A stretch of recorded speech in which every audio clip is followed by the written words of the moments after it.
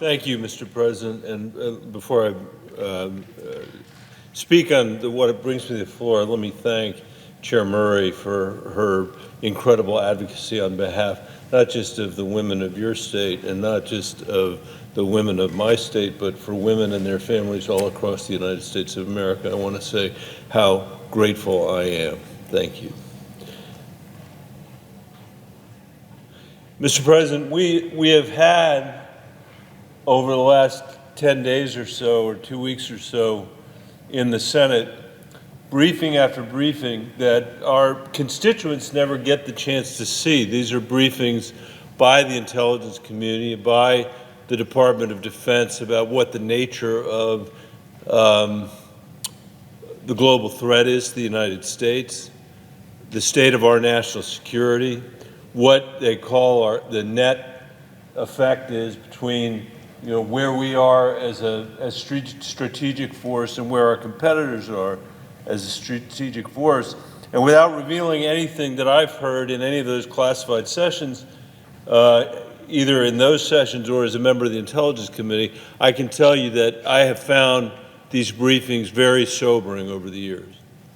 And I'd be surprised if there isn't a single member of the Senate who doesn't feel the same way I do. We have our work cut out for us, Mr. President, and it is time for us to move from a 20th century mindset when it comes to our national defense and to our national security to a 21st century mindset.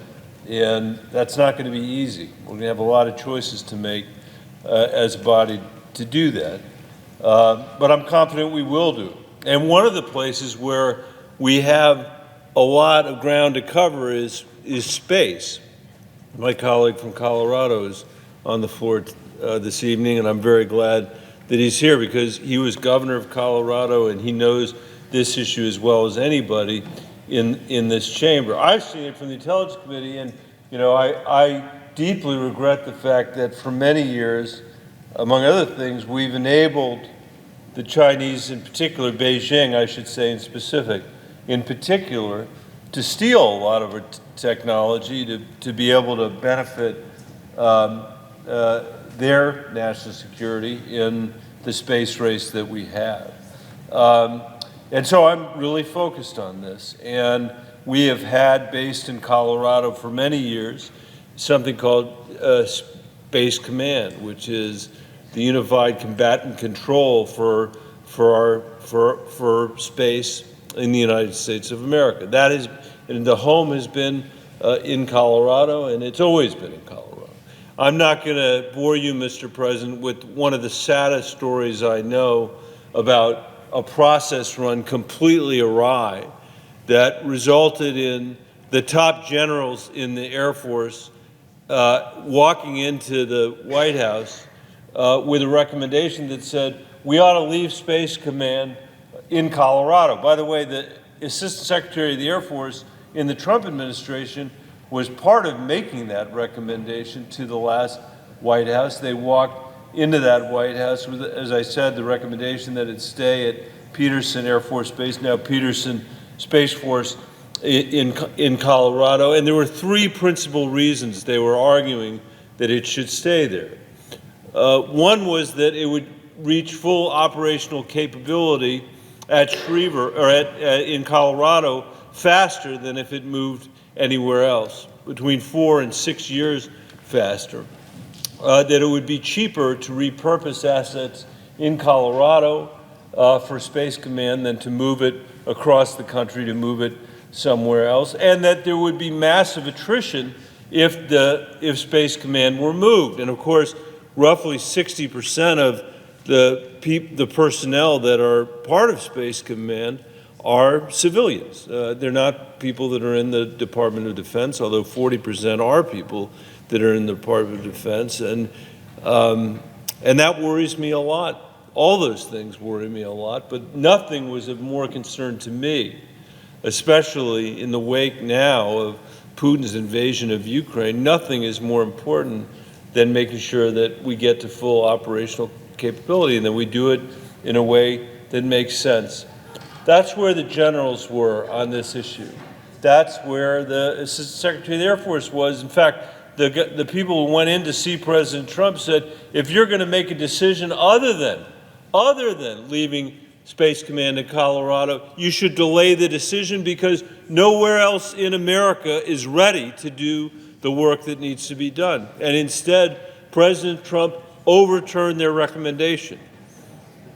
As Senator Hickenlooper would tell you, that's never happened before in the history of our country that we can find. The President of the United States overruled the recommendation of the generals who knew the subject best. And he went on the radio and he said to these radio hosts in Alabama, which is where Donald Trump preferred to send Space Command, for reasons that I suppose only he could know, but he went on a radio show and bragged that he single-handedly had overruled everybody else who had looked at this and said it ought to stay in Colorado, to put it in Alabama instead. The GAO, DOD's own Inspector General, have confirmed the facts that I have just related to you, Mr. President. But instead of removing the stain of politics, I'm sad to say that the Biden administration may be close to ratifying a decision that can't be ratified, a decision that was made in the face of the recommendations of the generals, a decision that was belied by all of the relevant facts, and a decision that the GAO, the IG's own inspector, or the DOD's own Inspector General, and Donald Trump on a radio program all confirmed, which is that politics made the decision about moving Space Command to Alabama, not the national security interests of the United States. I know it's easy to think, and I will just confess in front of the pages and everybody else, that it might seem like this is just a parochial interest on the part of the senators from Colorado because Space Command happens to be in Colorado, and I'll admit that fact. We've been a great home to Space Command.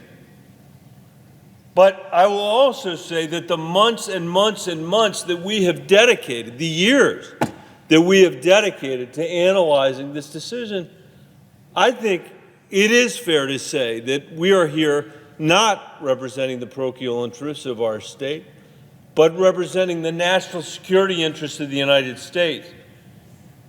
And the incredible importance of this Biden administration not ratifying a political decision that was made in the last few days of the Trump administration, because decisions of this importance shouldn't be made this way.